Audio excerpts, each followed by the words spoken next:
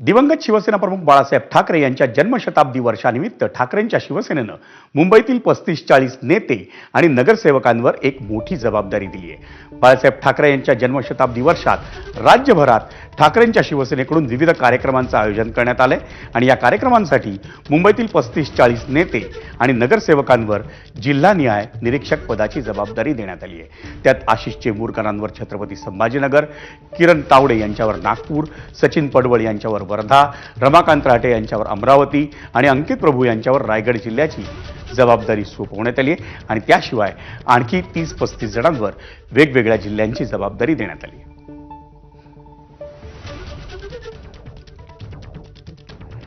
ठाकरेंच्या शिवसेनेचे पक्षप्रमुख उद्धव ठाकरे यांनी आपल्या पक्षाच्या जिल्हा संपर्क प्रमुख आणि जिल्हा प्रमुखांची मुंबईत बैठक बोलावून त्यांच्याशी आज सविस्तर चर्चा केली। राज्यातल्या स्थानिक स्वराज्य संस्थांच्या निवडणुकांच्या निकालाच्या पार्श्वभूमीवर